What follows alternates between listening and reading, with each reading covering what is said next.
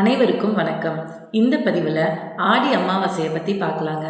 பொதுவாக அமாவாசை அப்படின்னா என்ன அப்படின்னு சொல்லி பார்த்தீங்கன்னா, முன்னோர்கள் வழிபாட்டுக்கு உகந்த நாளுங்க. வருடத்தில் வர 3 அமாவாசைகள் ரொம்ப முக்கியத்துவம் வாய்ந்ததுங்க. ஆடி அமாவாசை, புரட்டாசி அமாவாசை, தை அமாவாசை. இந்த நாளில் நம்ம தர்ப்பணம் கொடுத்து முன்னோர்களை வழிபடும் போது நமக்கு முன்னோர்களோட ஆசி பரிபூரணமாக கிடைக்கும். சரி, தர்ப்பணம்னா என்ன, சிராத்தம் தவசம் அப்படின்னா என்ன அப்படின்னு சொல்லி நமக்கு ஒரு சந்தேகம் இருக்கும். தர்ப்பணம் அப்படின்றது வருடத்தில் வரக்கூடிய எல்லா அமாவாசைகள்லையுமே நம்ம முன்னோர்களை நினச்சி தர்ப்பணம் தரது, எள்ளும் தண்ணீரும் இருக்கிறது தர்ப்பணம் தரதுங்க.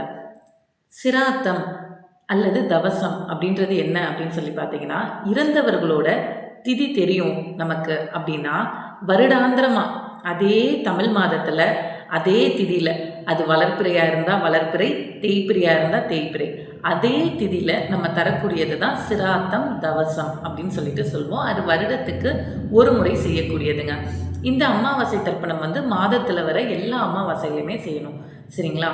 ஓகே, இந்த தர்ப்பணம் தரது எப்போ, இந்த வருடம் ஆடி அமாவாசை எப்போ வருது அப்படின்றத பார்த்துடலாம். இந்த வாட்டி ஆடி அமாவாசை பார்த்தீங்கன்னா ஆகஸ்ட் 12, 2026 புதன்கிழமை அன்னைக்கு வருதுங்க. அமாவாசை திதி எப்போ இருக்குன்னு பார்த்தீங்கன்னா அதிகாலை ஆகஸ்ட் 12 அதிகாலை 2:11 மணிலிருந்து ஆகஸ்ட் 13 அதிகாலை 12:16 மணி வரைக்கும் இருக்குங்க. இந்த காலம் வரைக்கும் அமாவாசை திதி இருக்குது. தர்ப்பணம் எப்போ தரணும் அப்படின்னு சொல்லி பார்த்தீங்கன்னா ஆகஸ்ட் 12 சூரிய உதயத்துக்கு பிறகு, அதே மாதிரி மத்தியானம் 12 மணிக்குள்ள நம்ம அந்த தர்ப்பணத்தை கொடுக்கணுங்க. அதே மாதிரி பார்த்தீங்கன்னா இலை போட்டு படையல் செய்யணும் அப்படின்றத எப்போ பண்ணலாம் அப்படின்னா ஆகஸ்ட் 12 காலையில் 11 மணிலேருந்து 12 மணிக்குள்ள படையல் போட்டு வழிபடுறத பண்ணலாம். அப்படி முடியாதவங்க ஆகஸ்ட் 12 1:30 மணிலேருந்து 2 மணிக்குள்ளே படையல் போட்டு வழிபாடு செஞ்சுக்கலாங்க. அதே மாதிரி ஈவினிங் டைமில் பார்த்தீங்கன்னு வச்சுக்கோங்களேன், ஏதாச்சும் ஒரு கோயிலில் போய் ஒரு நல்லெண்ணெய் தீபம் ஏற்றுறது சிறப்பாக இருக்கும். இந்த நாளில் காக்கைக்கு உணவளிச்சுட்டு தான் நம்ம சாப்பாடு அந்த படையலை தர்ப்பணம் கொடுத்தவங்க சாப்பிடணும். ஓகேங்களா?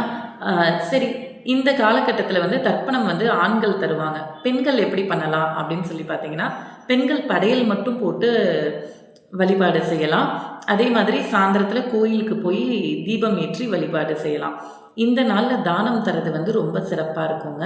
உங்களால் முடிஞ்ச தானம், யாராவது ஒருத்தருக்கு அன்னதானம் செய்யுங்க, பசுக்களுக்கு உணவளிங்க, காக்கைக்கு உணவளிங்க. அதெல்லாம் உங்களுக்கு கூடுதல் பலனை தரும். சரிங்களா? கோயிலில் போய் உங்களுக்கு தர்ப்பணம் செய்ய முடியும் அப்படின்னு சௌகரியம் இருக்கிறவங்க கோயிலில் போய் செய்யலாம்.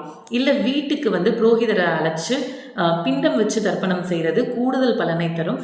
வாய்ப்பு இருக்கிறவங்க அதை பயன்படுத்திக்கோங்க. அப்படி இல்லை உங்களுக்கு வேலை இருக்குது அப்படின்னா வீட்டில் நீங்களே எள்ளும் தண்ணீரும் இறைச்சி தர்ப்பணம் தரலாம். முன்னோர்களை இந்த நாளில் நம்ம வழிபாடு செய்யும் போது நம்ம குடும்பத்தில் இருக்க அனைத்து தடைகளுமே விலகுங்க. குடும்பத்தில் அமைதியும் சந்தோஷமும் பெருகும். முன்னோர்களோட ஆசி பரிபூர்ணமாக கிடைக்கும். பித்ரு தோஷம் விலகும். வம்ச விருத்தியாகும். இந்த நாளை யாரும் தவற விடாதீங்க. அமாவாசை விரதத்தை தவறாமல் கடைப்பிடிங்க. முன்னோர்களோட ஆசியை பரிபூர்ணமாக பெறலாம்.